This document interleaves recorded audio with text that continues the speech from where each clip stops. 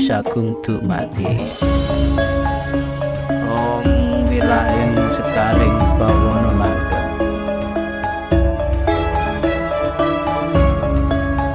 ana caraka Data Sawara padha jayana mangka Pandhawa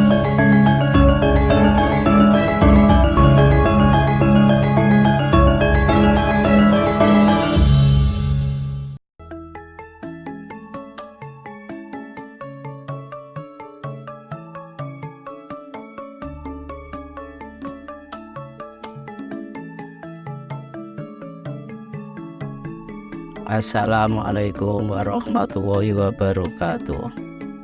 Bismillahirrahmanirrahim. Rahayu, rahayu, rahayu sagung dumadi Om wilayah sekaring bawana langgeng.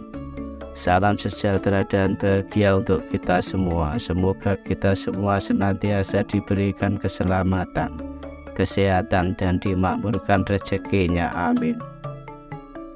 Ajine menungsa urip sastra Jenderal Yuningrat Pangruwating Diyuh. Makna kawruh yang terkandung dalam sastra Jenderal Yuningrat Pangruwating Diyuh. Makna sandi sastra yang dijabarkan pada huruf Jawa Ana Caraka mengandung makna yang sangat dalam dan sangat luas tentang rahasia gumelaring dumadi atau pembabaring titah atau rahasia jati diri asal usul terjadinya manusia dan sangkan paraning dumadi, yaitu terciptanya manusia dari nur cahaya Allah yang maha suci, nur ala nur, nurullah, nur Muhammad, dan nur insan yang merasuk busana anasir sebagai wadah, yaitu badan jasmani halus dan badan jasmani kasar. Maka inilah rahasia jalan rahayu ya Pangruwating Diyuh untuk menuju kesempurnaan hidup kembali kepada sangkan paraning dumadi. Kehendak Allah menciptakan manusia dan alam semesta beserta isinya sesuai dengan kehendak dan rencana Allah dumadi kang kinarti tumitah menjadi ada terjadi dengan membawa maksud rencana dan makna. Penciptaan manusia dengan konstruksi rogo, sukma, dan roh beserta unsur-unsur lain yang lebih rumit.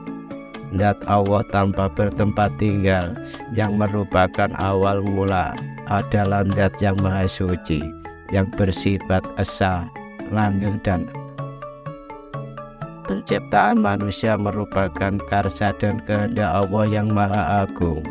Untuk itu manusia agar senantiasa mengetahui asal muasal kejadiannya sangkan paraning dumadi, memahami hakikat ajine menungsa urip dan melaksanakan kewajiban dan amanah Allah dengan tujuan untuk apa Allah menciptakan manusia. Hidup sejati kita menyatu dengan zat ada di dalam zat. Maka di dalam kehidupan sehari-hari ini agar selalu selaras dengan zat yang maha suci, manusia hidup untuk menuju kesempurnaan hidup dan akan kembali kepada sangkan paraning dumadi Allah yang maha agung yang ada di alam sejati, yaitu kerajaan Allah.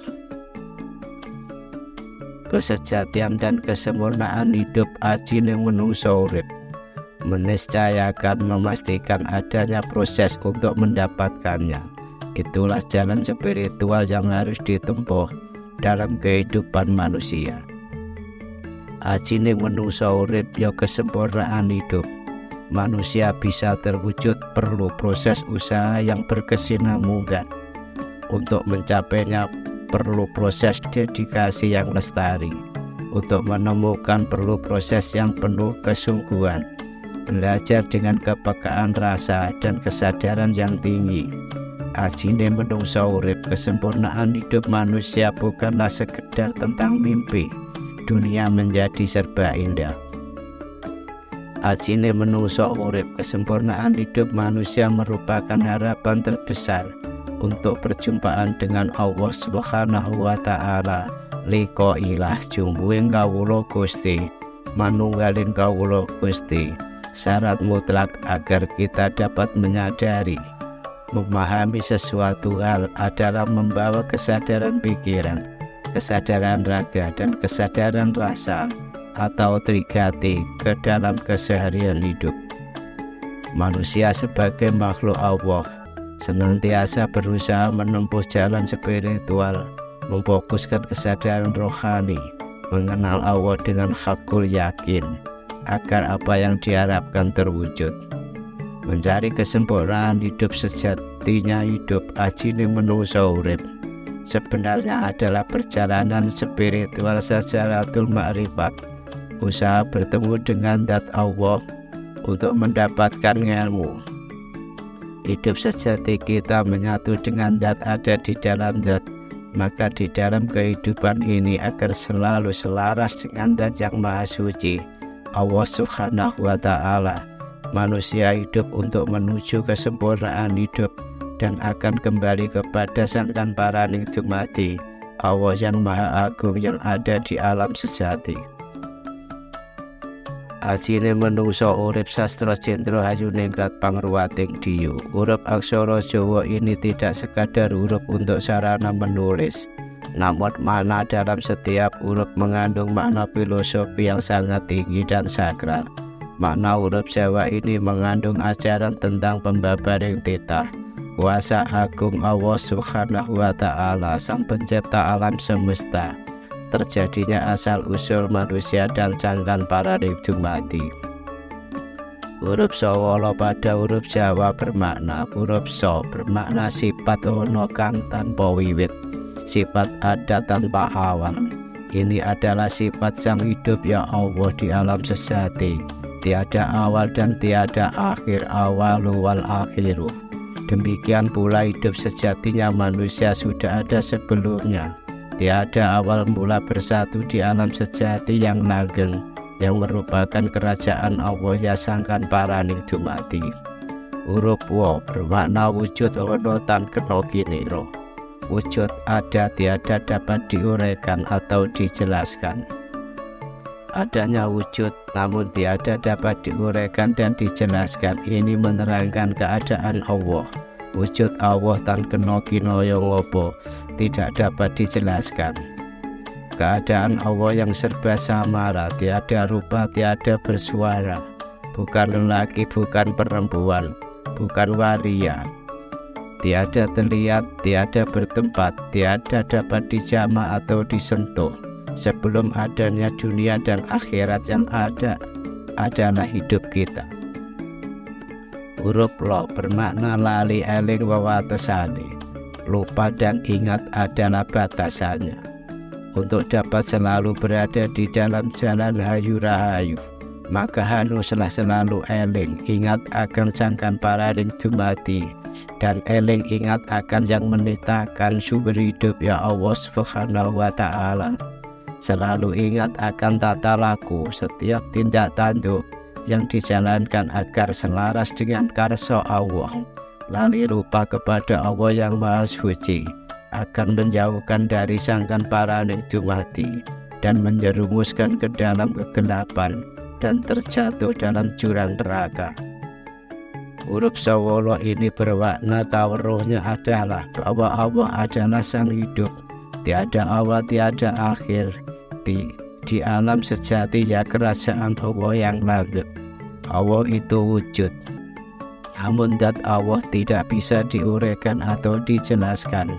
Tan kena kinaya ngopo, tiada terlihat, tiada bertempat, tiada dapat disentuh atau dijamah.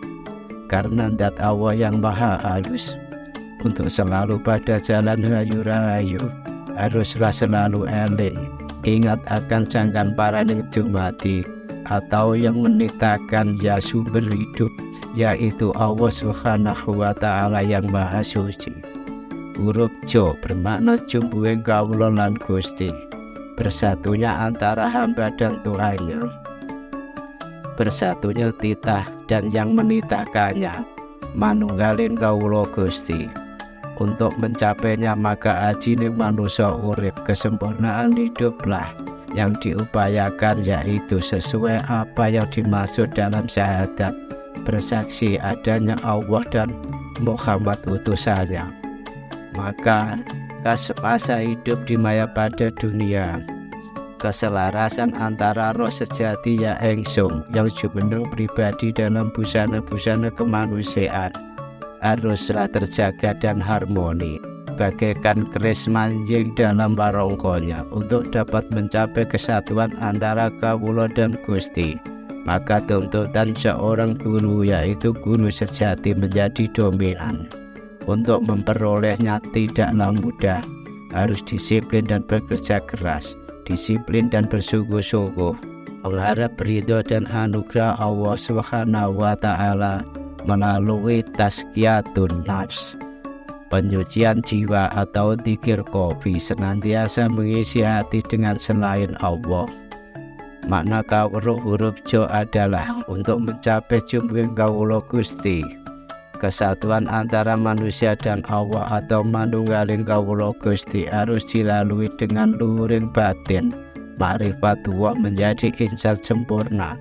Ajine menungso urip ya senantiasa ingat kita sebagai kawulane Gusti ya Allah yang Maha Suci.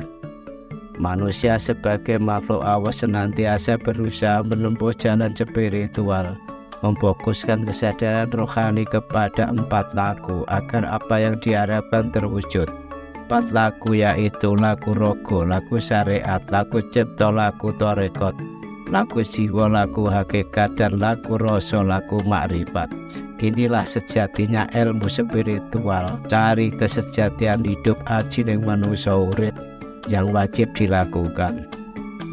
Mencari kesejatian hidup ajining manungsa urip sebenarnya adalah perjalanan spiritual syaratul ma'rifat, usaha bertemu dengan zat Allah liqailah untuk mendapatkan ilmu. Hidup sejati kita menyatu dengan zat, ada di dalam zat. Maka di dalam kehidupan ini agar selalu selaras dengan zat yang Maha Suci, senantiasa bersama Allah, bismillah, billah, melakukan ibadah hanya semata karena Allah, lillah atau lillahi ta'ala, tidak berhenti memuji Allah dalam setiap detak jantung, setiap hela nafas. Alhamdulillah, ajine menungso urip untuk menuju kesempurnaan hidup dan akan kembali kepada sangan paraning dumadi Allah yang Maha Agung yang ada di alam sejati ya kerajaan Allah.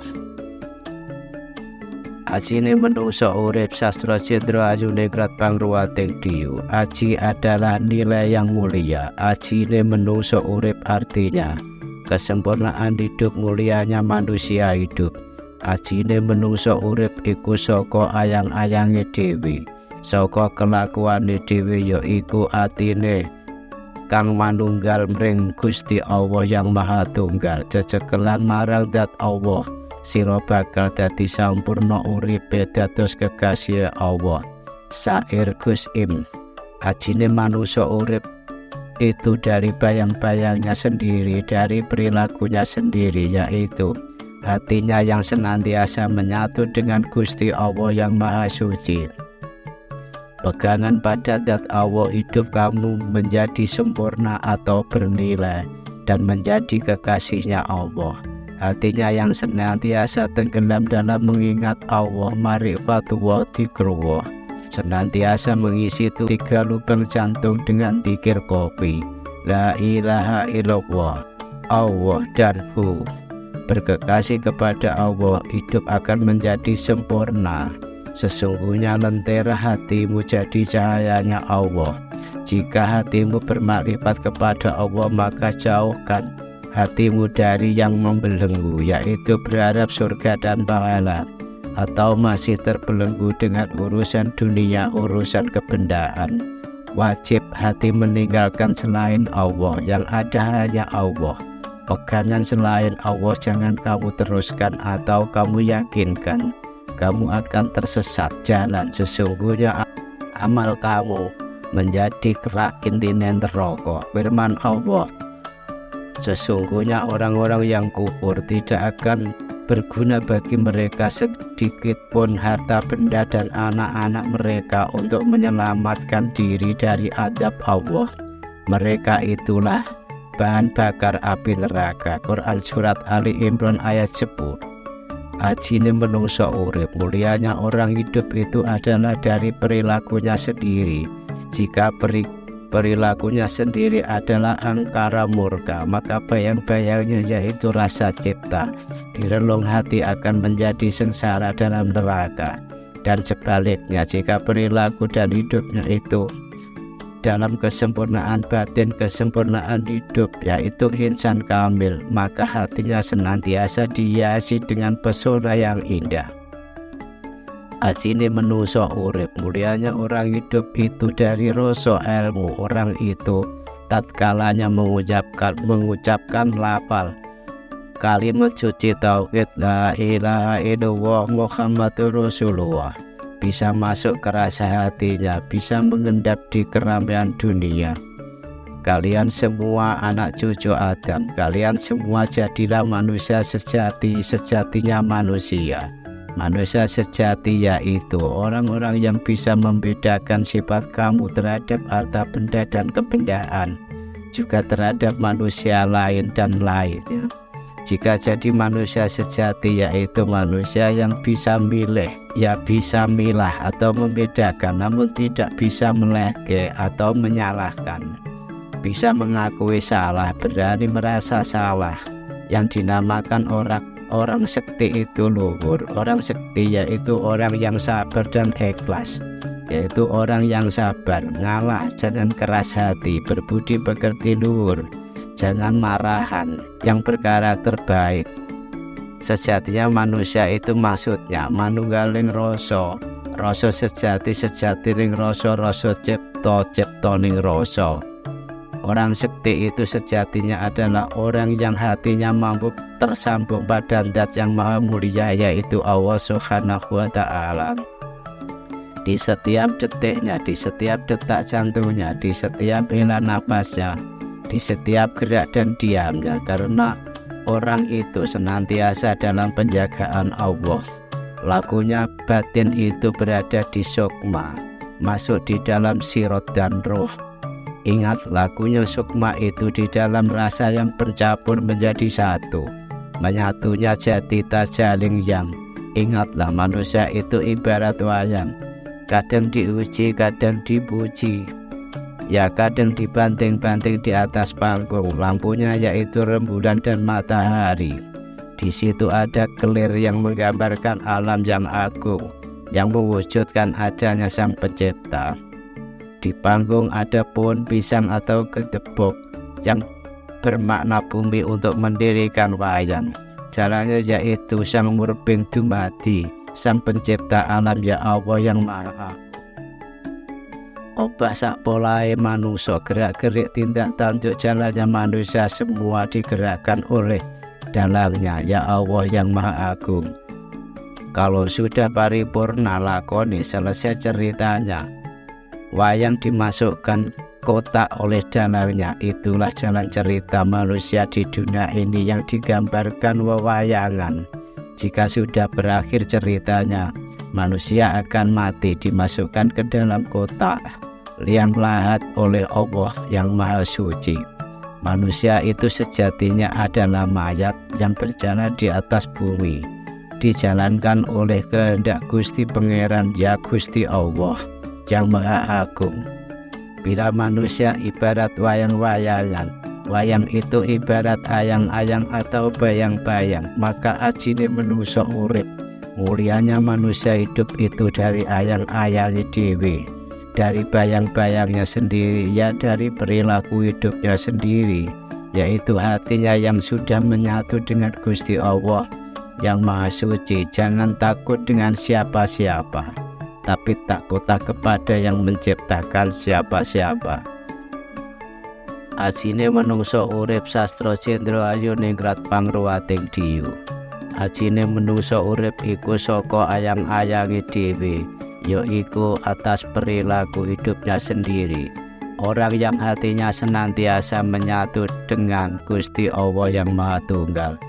Berpegangan selain Allah jangan diteruskan, sesungguhnya amal kamu bisa menjerumuskan ke dalam neraka. Kunci pintu surga tidak ada lain, yaitu la ilaha illallah Muhammadur Rasulullah. Berkekasih selain Allah adalah kesesatan. Sejatinya amal perbuatanmu jadi penghuni neraka. Ajine menungso urip, mulianya manusia hidup dari perilakunya sendiri. Berkekasih kepada zat Allah kamu akan mulia atau sempurna. Sejatinya lentera hatimu jadi jalan surganya Allah Subhanahu wa ta'ala.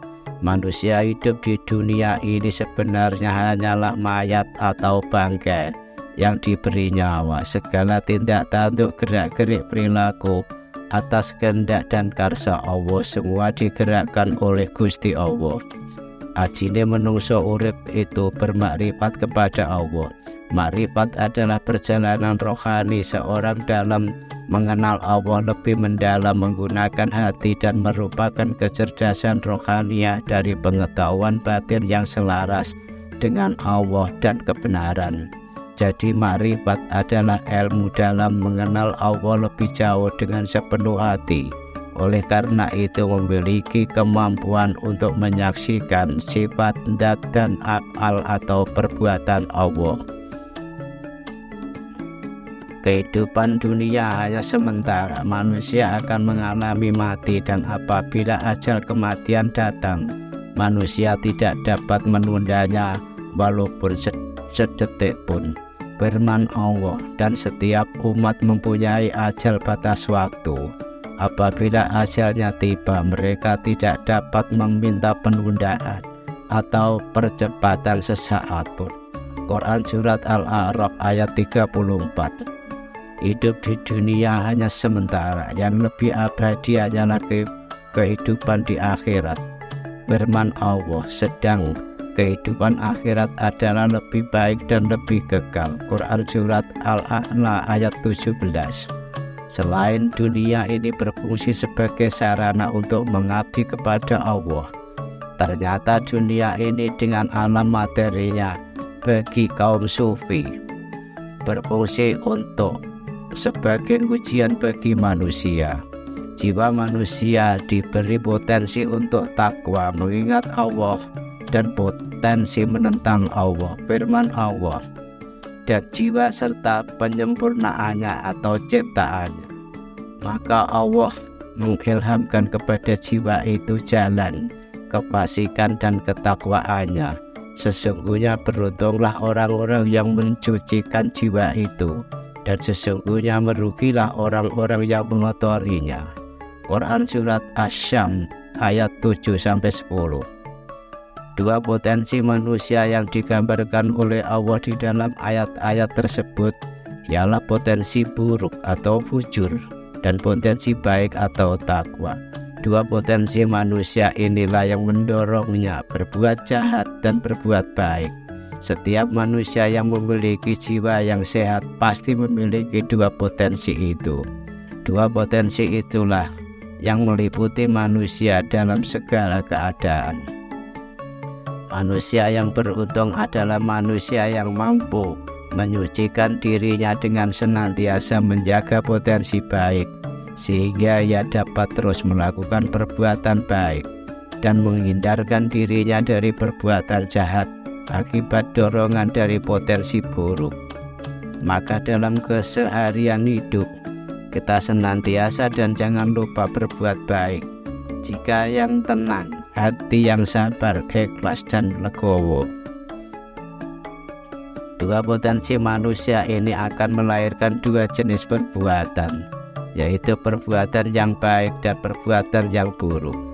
Potensi baik dari jiwa akan melahirkan akhlak-akhlak mulia atau terpuji yang disebut akhlak mahmudah, dan potensi buruk dari jiwa akan melahirkan akhlak buruk, yaitu akhlak mazmumah. Ketertarikan hati manusia kepada dunia membuatkan menjadi lalai akan fungsi dan tugasnya sebagai hamba Allah, yang cenderung menjadikan dunia sebagai tujuan hidup. Padahal kehidupan dunia tidak lain hanyalah sebuah permainan perhiasan yang penuh dengan tipu daya, firman Allah. Dan tiadalah kehidupan dunia ini melainkan sendo gurau dan main-main. Dan sesungguhnya akhirat itulah yang sebenarnya kehidupan, kalau mereka mengetahui. Quran Surat Al-Ankabut ayat 64. Allah mengingatkan manusia dengan firman-Nya, demi masa sesungguhnya manusia itu benar-benar dalam kerugian, kecuali orang-orang yang beriman dan mengerjakan amal saleh, dan nasihat menasihati supaya mentaati kebenaran, dan nasihat menasihati supaya menetapi kesabaran. Quran Surat Al-Asr ayat 1-3.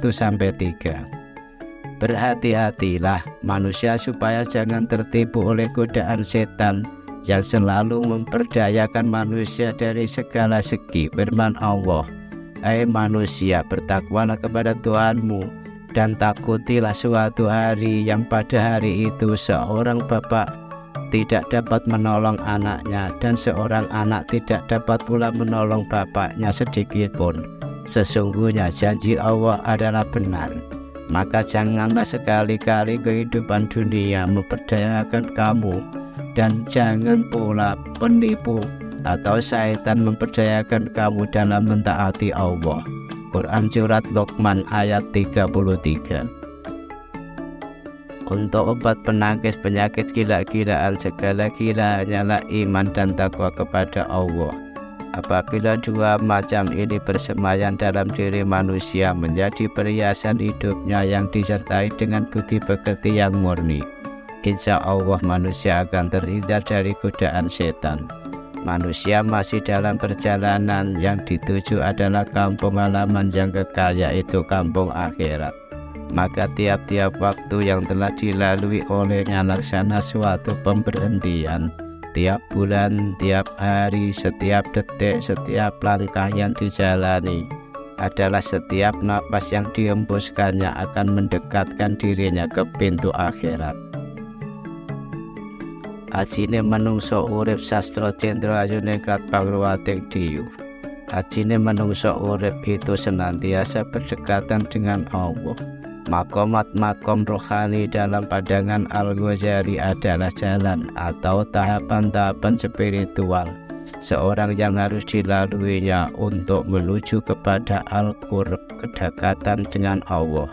Imam Al-Ghazali dalam kitabnya Ihya Ulumuddin mengatakan bahwa makomat itu ada 9, yaitu taubat, sabar, syukur, juhud, tawakal, berharap, mahabbah atau cinta, ma'rifat dan ridho.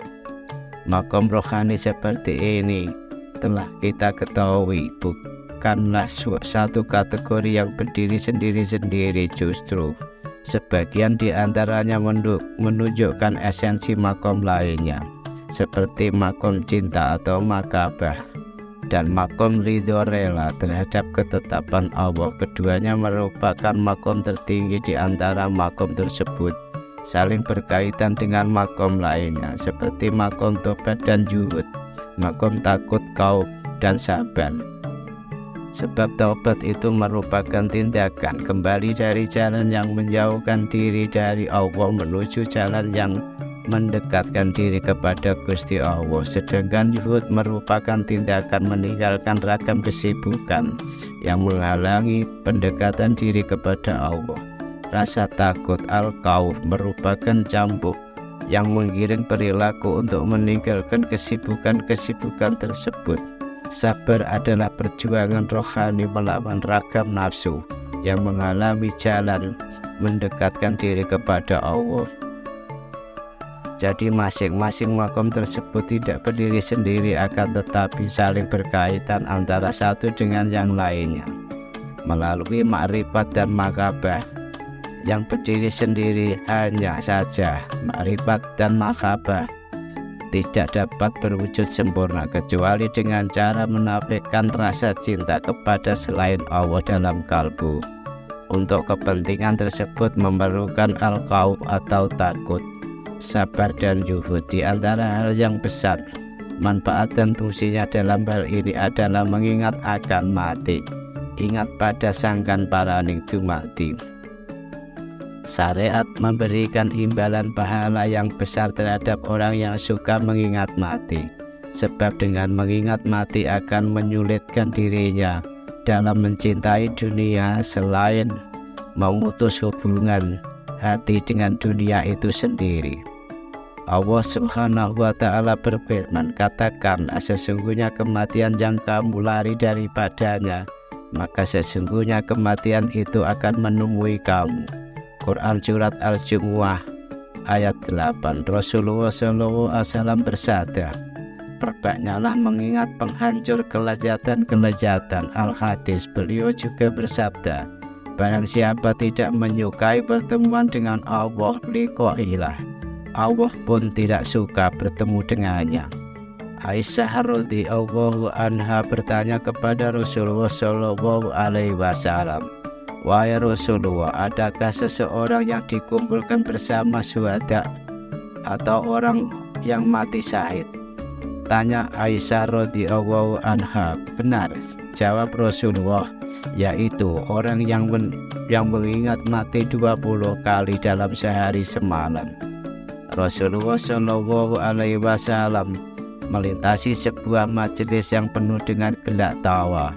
Lalu beliau bersabda, campurilah majelis kalian dengan pengaruh kelezatan-kelezatan. Apakah itu? Di antara mereka mengajukan pertanyaan. Maut, jawab beliau singkat. Rasulullah Shallallahu Alaihi Wasallam bersabda, andai kata binatang-binatang itu tahu akan kematian sebagaimana manusia mengetahuinya, tentu kalian tidak akan makan daging yang gemuk darinya. Sabda beliau pula, cukup maut sebagai pemberi peringatan. Sabdanya, aku tinggalkan 2 pemberi peringatan di tengah-tengah kalian, yang diam dan yang dapat berbicara.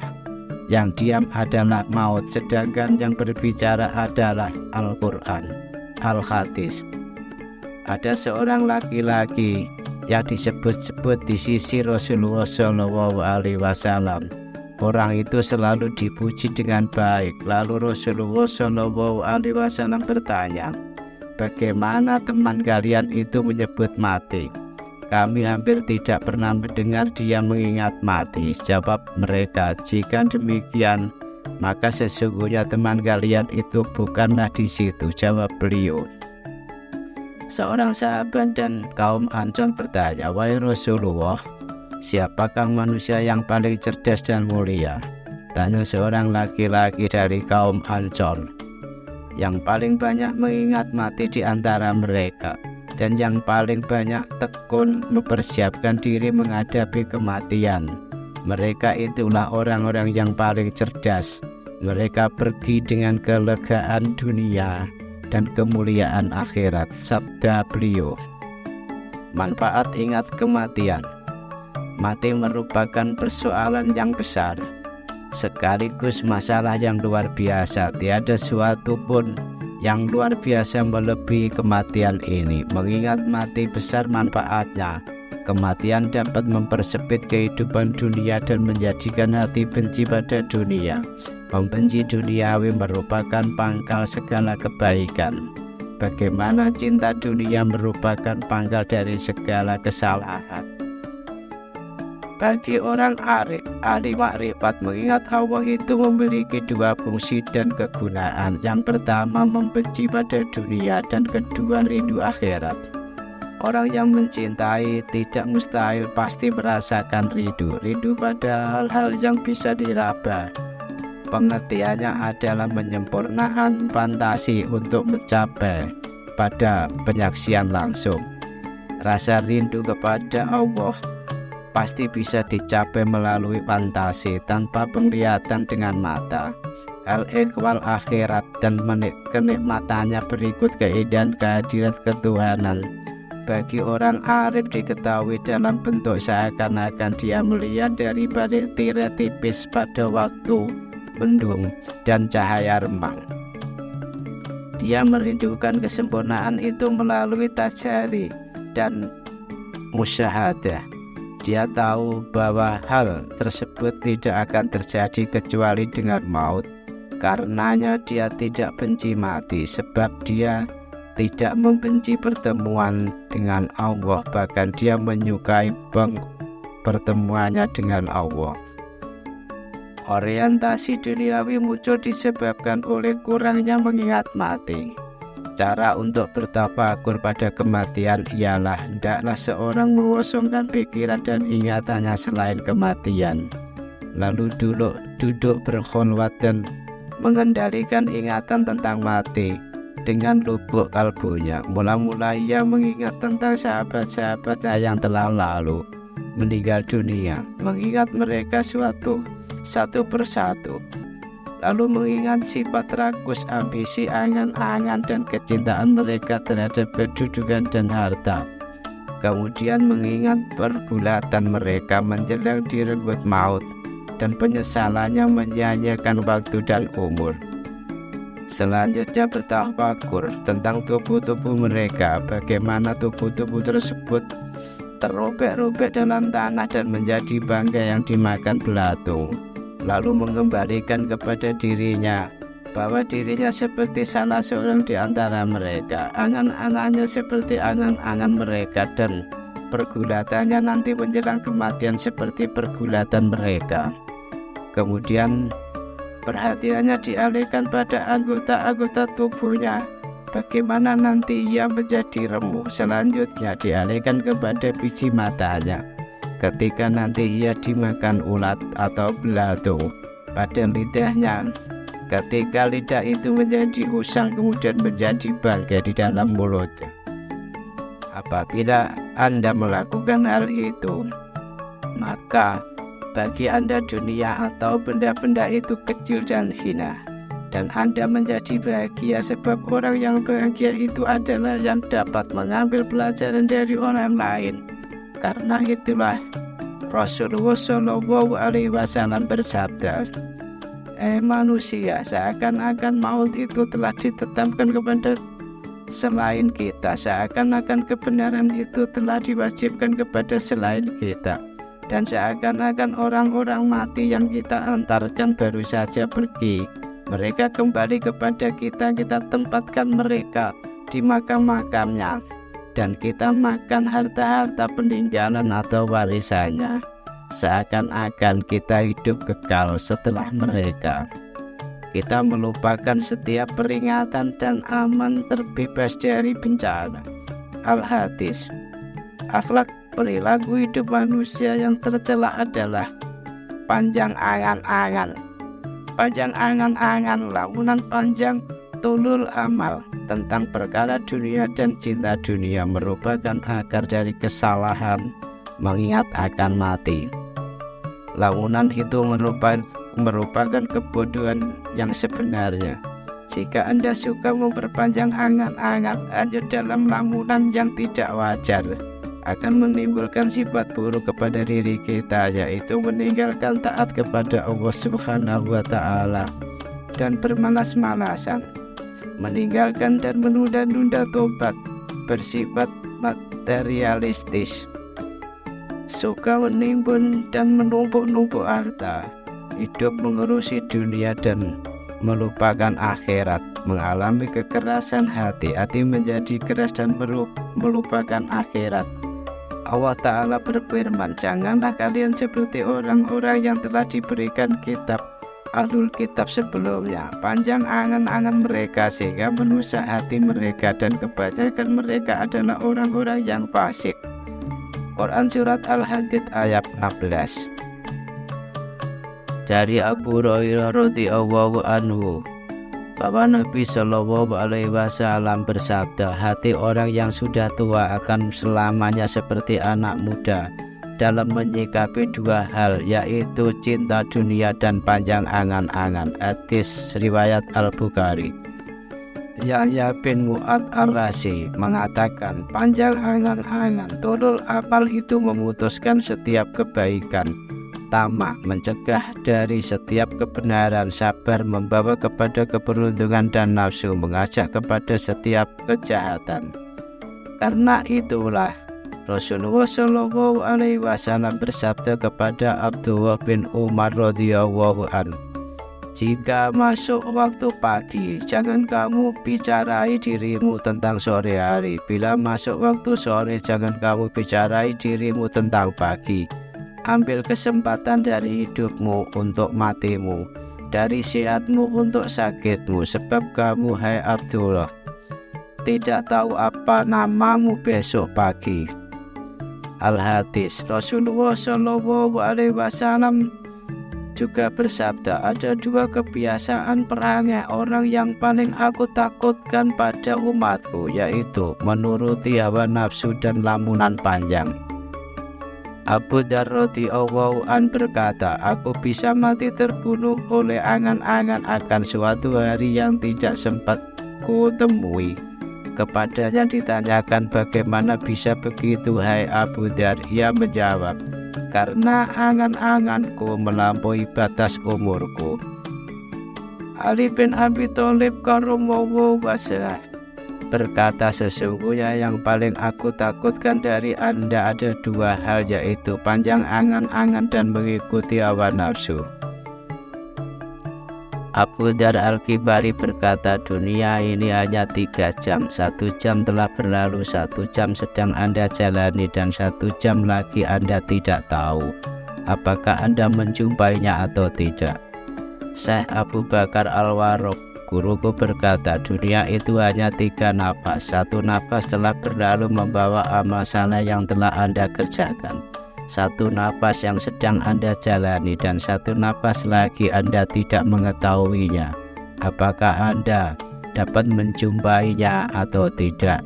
Sebab banyak orang yang sedang bernapas tiba-tiba dihentikan oleh kedatangan maut sebelum sempat bernapas kembali. Usamah membeli budak wanita sampai 2 bulan dengan harga 100. Lalu Rasulullah Shallallahu Alaihi Wasallam berkata, apakah kalian tidak merasa heran kepada Usamah? Orang-orang membeli budak wanita sampai 2 bulan. Sungguh Utsman itu panjang lamunannya. Demi jiwaku yang ada pada kekuasaan Allah, aku tidak akan mengejapkan kedua mataku kecuali aku telah mengira bahwa tempat tumbuhnya bulu pelupuh mata tidak dapat mengatup hingga Allah mencabut ruhku. Aku tidak akan mengangkat kedua mataku, sedangkan aku mengira bahwa dirikulah sebenarnya yang menaruh hingga aku dimatikan. Dan aku tidak akan menelan sesuap makanan kecuali aku mengira bahwa aku tidak akan memasukkan ke tenggorokan hingga aku tersekat dengannya karena menjelang kematian. Kemudian beliau bersabda, hai anak Adam, jika kalian berakal, maka hendaklah kalian perhitungkan diri kalian dengan kematian. Demi jiwaku yang ada pada kekuasaan Allah, sesungguhnya apa yang dijanjikan kepada kalian pasti tiba, dan kalian bukan tidak mampu. Rasulullah Shallallahu Alaihi Wasallam bersabda, generasi pertama dan umat ini selamat dengan keyakinan dan kejuhudan, dan akhir umat ini menjadi binasa karena sifat kikir dan panjang angan-angan. Dan Rasulullah Shallallahu Alaihi Wasallam bersabda, apakah kalian semua ingin masuk surga? Benar, jawab mereka. Pendekkanlah angan-angan kalian, jadikan ajal kalian adalah di hadapan mata kalian, dan malulah kepada Allah dengan sebenar-benar. Sabda beliau. Kematian di mata orang arif yang paripurna tidak putus-putus. Menyebut dan mengingat Allah, tidak lagi mengingat mati, bahkan dia itu fana dalam tauhid. Dia tidak pernah menoleh ke masa lalu dan masa depan, tidak pula keadaan dari sisi bawah itu sekadar keadaan. Dia adalah anak waktunya, patuh kepada sang waktu. Maksudnya dia seperti orang yang menyatu dengan yang diingat atau disebutkannya. Kita tidak menyatakan bahwa dia menyatu dengan zat Allah SWT. Hal ini jangan kita rasionalisasikan. Nanti kita tergelincir dan salah, kemudian buruk sangka. Orang arif tidak lagi merasakan rasa takut atau cemas atau khauf dan rasa berharap atau raja, karena khauf dan raja itu adalah cambuk yang mengiring seorang hamba kepada suatu kondisi yang penuh dengan rasa. Lalu bagaimana ia akan mengingat mati? Padahal tujuan mengingat mati itu adalah agar hubungan ikatan kalbunya dengan apa yang bisa ditinggalkan setelah kematian itu terputus. Sedangkan seorang arif telah mengalami mati dalam kaitannya dengan hak dunia dan apa saja yang akan ia tinggalkan dengan terjadinya kematian itu. Dia juga bebas dari orientasi kepada akhirat, apalagi pada dunia. Selain Allah Subhanahu wa Ta'ala, baginya rendah dan hina. Maut baginya merupakan penyingkapan tirai agar tambah jelas dan yakin. Inilah makna ucapan Sayyidina Ali radhiyallahu anhu. Jika tirai itu telah dibuka, maka belum bisa menambah keyakinan bagiku. Orang yang melihat orang lain dari balik tirai, keyakinannya belum bertambah. Dengan tersingkapnya tirai hanya saja bertambah jelas. Maka mengingat mati itu dibutuhkan oleh orang yang kalbunya masih menoleh pada dunia, agar dia tahu bahwa dia akan berpisah dan meninggalkannya, sehingga dia tidak selalu cinta dunia. Karena itulah Rasulullah SAW bersabda, sesungguhnya Ruhul Quds Jibril membisikkan dalam hatiku, cintailah apa yang kamu cintai, sesungguhnya kamu akan berpisah dan meninggalkannya. Puaskanlah dirimu, sebab sesungguhnya kamu itu adalah mayit, dan beramallah sesukamu, karena sesungguhnya kamu mendapat imbalan dengannya. Hakikat dan esensi mati, barangkali kita ingin tahu hal ihwal dan hakikat mati. Kita tidak akan pernah mengetahui hal itu sebelum kita tahu tentang hakikat hidup. Kita tidak akan pernah mengetahui hakikat hidup sebelum kita tahu tentang roh. Itulah ada dalam diri kita, esensi dan jati diri kita. Roh adalah hal yang tersembunyi dalam diri kita. Kita jangan terlalu giat untuk mengenal Allah sebelum kita kenal diri kita sendiri. Maksudnya diri kita adalah roh kita sesungguhnya yang dinisbatkan kepada Allah Subhanahu wa Ta'ala dalam firman-Nya yang berbunyi, katakanlah roh itu termasuk urusan Tuhanku. Quran surat Al-Isra ayat 85. Dan dalam firman-Nya yang berbunyi, dan telah meniupkan ke dalam roh ciptaanku. Quran surat Al-Hijr ayat 29. Dimaksud ayat tersebut bukan roh jasad yang halus yang merupakan pembawa energi indera dan gerak, yang bersumber dari hati dan menyebar ke seluruh tubuh, menyebar ke seluruh urat-urat yang berdenyut. Dari situ mengalir cahaya indera penglihatan pada mata, cahaya indera pendengaran pada telinga, dan pada seluruh kekuatan dan indera-indera lainnya. Sebagaimana cahaya pelita mengalir ke seluruh sisi rumah, roh ini sama dengan roh binatang. Ia bisa menjadi binasa dengan maut. Sebab itu adalah uap yang kematangannya terus stabil ketika minyaknya masih stabil. Bila minyak itu telah labil, ia jadi rusak. Sebagaimana cahaya yang mengalir dari pelita itu punah ketika pelita itu padam, karena minyaknya telah habis atau karena dipadamkan. Roh semacam ini menjadi binasa atau rusak dengan terputusnya makanan bagi manusia atau binatang, karena makanan bagi roh tersebut minyak bagi pelita. Pembunuhan terhadapnya seperti tiupan pada pelita. Roh semacam ini, kesehatan dan kestabilannya menjadi garapan ilmu kedokteran roh. Ini tidak memikul makrifat dan amanah.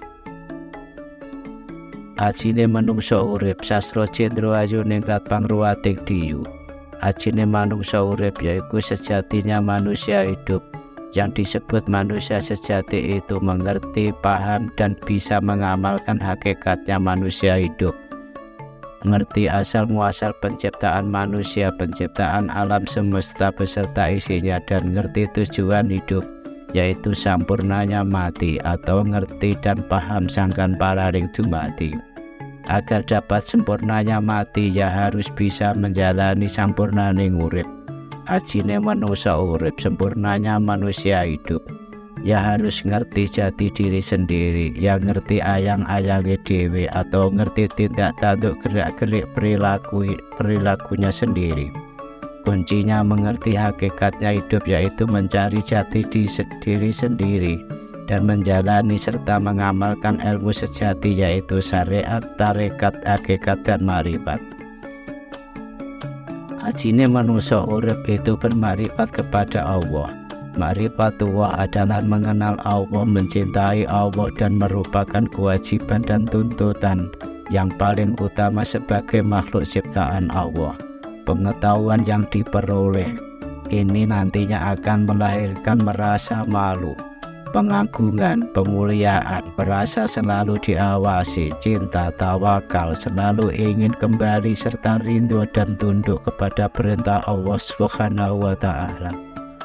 Bahwa semakin banyak pengetahuan seseorang tentang Allah Subhanahu wa Ta'ala, maka rasa takut menjadikannya selalu menjauh dari perbuatan-perbuatan maksiat, karena senantiasa mempersiapkan diri untuk berjumpa atau liqa dengan zat yang dicintainya, liqa ilah. Syekh Abdurrahman As-Sa'idi. Allah Subhanahu wa Ta'ala berfirman, wahai orang-orang yang beriman, bertakwalah kepada Allah dengan sebenar-benarnya takwa kepadanya, dan janganlah kami mati kecuali dalam keadaan muslim. Quran Surat Ali Imran ayat 102. Dan sembahlah Tuhanmu sampai yakin ajal datang kepadamu. Quran Surat Al-Hijr ayat 99. Padahal mereka hanya diperintah menyembah Allah dengan ikhlas, menaatinya semata-mata karena menjalankan agama. Quran Surat Al-Bayyinah ayat 5. Ma'rifatullah merupakan puncak kesadaran dan penentuan perjalanan hidup seorang hamba menuju Tuhannya. Dengan ma'rifatullah, seorang hamba dapat mengetahui tujuan hidup yang sesungguhnya. Ma'rifatullah adalah asas perjalanan ruhiyah manusia secara keseluruhan. Orang yang mengenal Allah Subhanahu wa Ta'ala akan merasakan hidupnya lapang, tenang, dan dia hidup dalam rentangan panjang antara sabar, ikhlas, dan syukur.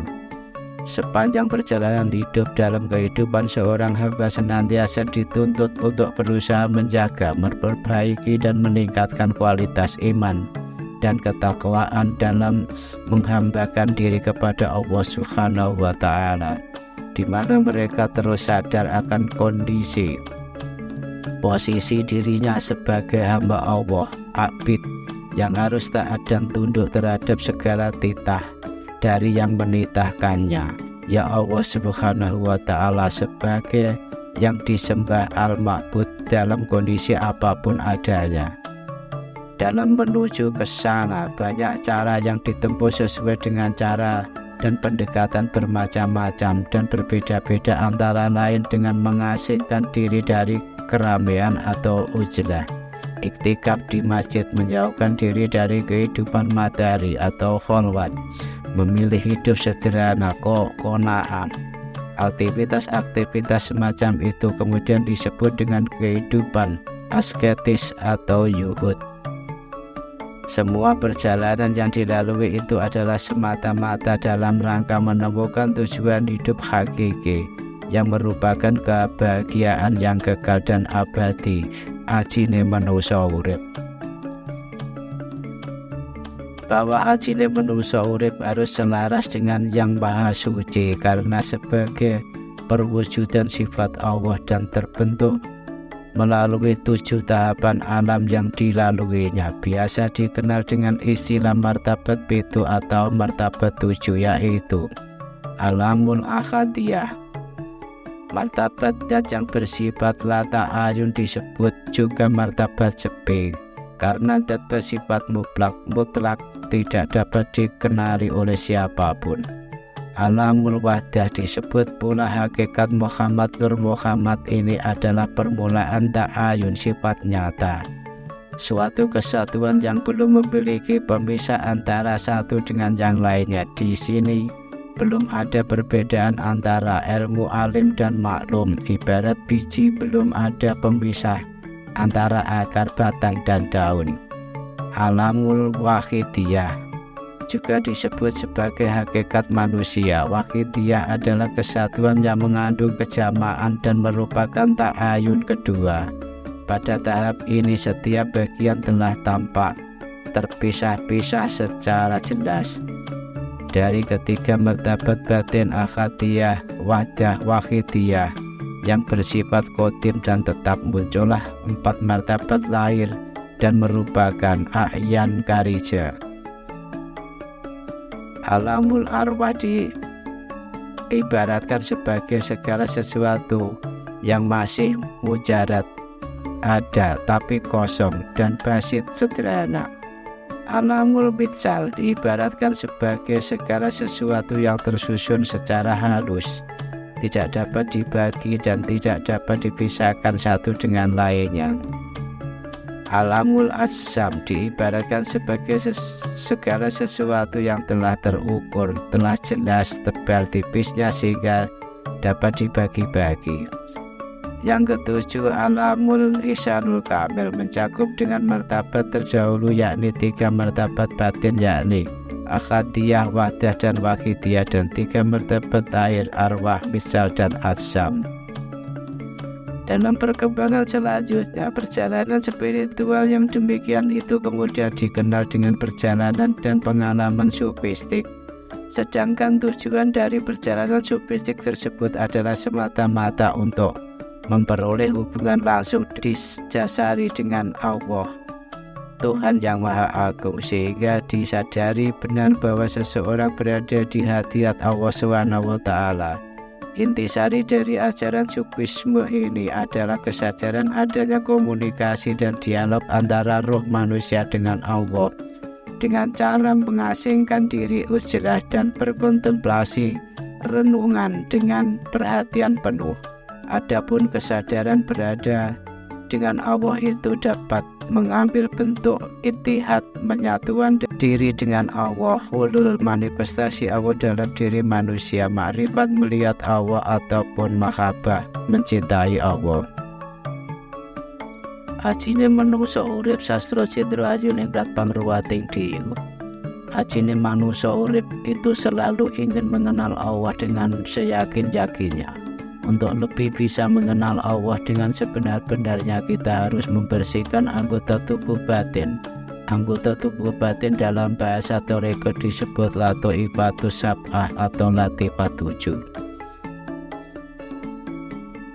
Pertama, latifatul kolbi.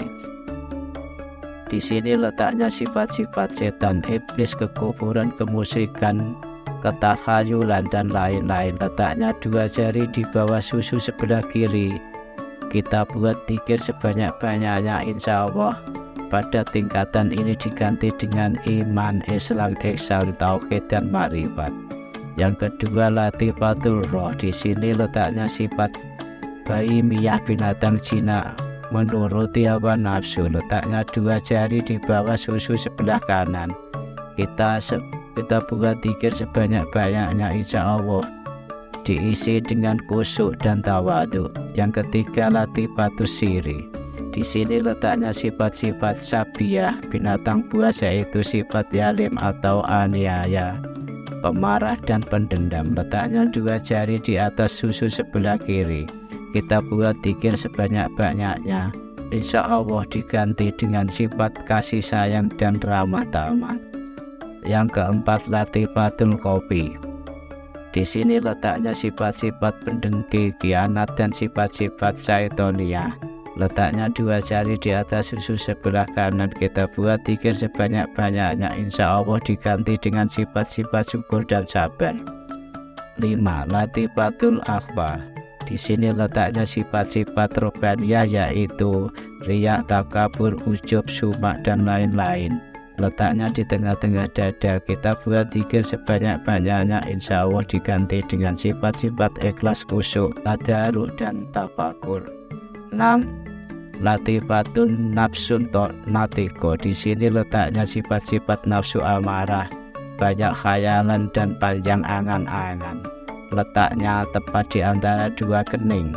Kita buat zikir sebanyak-banyaknya, insya Allah diganti dengan sifat-sifat tentram dan pikiran tenang.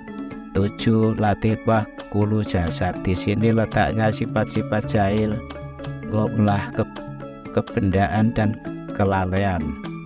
Letaknya di seluruh tubuh, mengendarai semua aliran darah kita yang letaknya titik pusatnya di tepat di tengah-tengah ubun-ubun kepala kita. Kita buat zikir sebanyak-banyaknya, insya Allah diganti dengan sifat-sifat ilmu dan amal. Ini dinamakan anggota tubuh batin. Membersihkan anggota tubuh batin tidak cukup dengan istighfar dan taubat, tetapi harus pakai zikir. Maka perbanyak zikir, itulah gunanya membersihkan tubuh batin yang sentranya di hati. Likulli syai'in sikolatun wa sikolatul qalbi trikuwah. Segala sesuatu yang ada alat pembersihnya, pembersih hati itu zikir kepada Allah. Maka perbanyak zikir. Baca Quran itu zikir, sholat itu zikir, puasa itu zikir, zakat itu zikir, haji itu zikir, dan sekian banyak model zikir. Afdhalu dzikri fa'lam annahu la ilaha illallah. Itulah zikir yang paling afdol di atas dunia.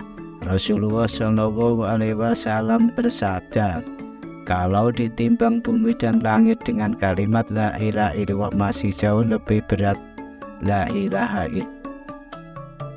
Orang yang menjalani laku ma'rifat akan mendapatkan hikmah melalui zikir qalbi dan akan mengetahui limpahan karunia Allah di dalam dirinya melalui 3 lubang jantung, yaitu kolbun, sakuf, dan fuad.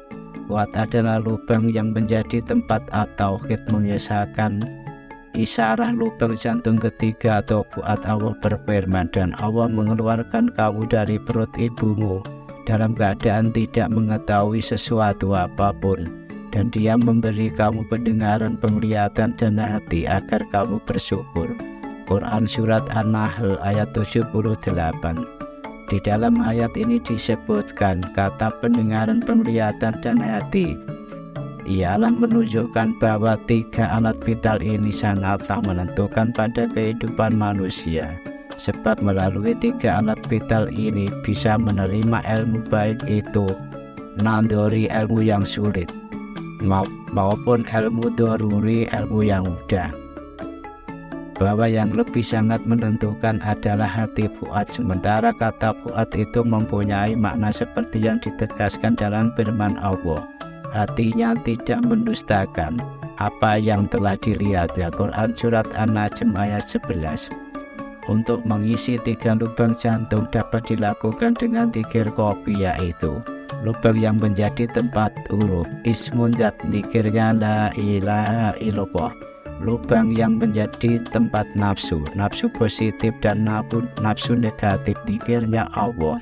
Lubang yang menjadi tempat at-tauhid, mengesahkan, zikirnya. Pengisian 3 lubang jantung ini bisa dilakukan dengan zikir nafas. Saat nafas masuk, zikirnya hu, afirmasinya yang ada hanya Allah. Saat nafas keluar, zikirnya Allah, afirmasinya yang ada hanya kekuatan Allah. Menurut ulama sufi, apapun jalannya ada metode zikir, yaitu zikir jasad, kalimatnya adalah la ilaha illallah. Zikir hati atau roh, kalimatnya adalah Allah. Zikir sir atau nurani, kalimatnya adalah hu. Dari ketiga bentuk atau metode zikir tersebut tidak ada yang melebihi atau lebih utama dari yang lain kecuali kalimat la ilaha illallah. Rasulullah Shallallahu Alaihi Wasallam bersabda, sebaik-baik zikir adalah la ilaha illallah, tiada Tuhan selain Allah. Dengan berbagai metode dan pendekatan yang ditempuh seorang sufi itu, maka dalam kaitan ini Imam Ja'far As-Shadiq pernah mengatakan bahwa dalam beribadah kepada Allah akan ditemui 3 macam bentuk kaum, yaitu yang pertama kaum yang menyembah Allah karena takut, yang demikian itu adalah ibadahnya hamba sahaya. Kedua, kaum yang menyembah Allah karena untuk mengharap imbalan, yang demikian adalah ibadahnya para pedagang. Dan yang ketiga, kaum yang menyembah Allah karena rasa cinta, mahabbah, Yang demikian adalah ibadahnya orang merdeka.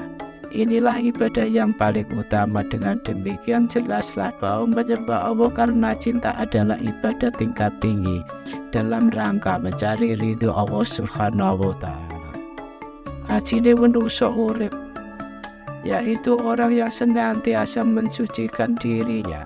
Pada dasarnya tuntunan dan ajaran tasawuf adalah menekankan pada aspek esoteris atau batin dan bukan pada eksoteris atau lahir. Maka dalam praksisnya seorang salik pelaku tasawuf senantiasa ingin mensucikan dirinya dari hal yang kotor yang masih melekat pada hati dan jiwanya. Dia berusaha mengisinya dengan hal-hal yang dapat mendekatkan diri kepada Allah, sehingga tidaklah berlebihan apabila seorang salik hatinya tidak bisa dilepaskan dari keinginan untuk mendekat kepada kekasihnya, yaitu Allah Subhanahu wa Ta'ala. Banyak jalan yang ditempuh olehnya antara lain dengan banyak berzikir kepada Allah maupun memperbanyak amalan-amalan saleh lainnya. Oleh karena itu, terdapat ungkapan yang berbunyi, apabila tubuh manusia dipisahkan dari aspek esoterismenya, maka ia akan menjadi kerangka tubuh saja, sehingga orang-orang yang rasionalistik hanya menerima amal badan dia sebagai kehormatan semata. Apabila kerangka tersebut tidak diisi dengan batin, kemudian dihidupkan, sesungguhnya keindahan hidup manusia tidak akan pernah ditemukan. Dalam tradisi keberagamaan umat manusia, motivasi ibadah umat awam lebih cenderung bersifat simbolistik, formalistik. Mereka beribadah hanya bermotifkan mencari pahala surga dan menjauhi neraka. Mereka menganggap surga dan neraka adalah tujuan akhirnya. Mereka tidak tahu bahwa tujuan yang lebih berarti dan bermakna dari ibadah tersebut. Kali ini manusia hanya beribadah karena pamrih, karena iming-iming surga dan takut karena neraka.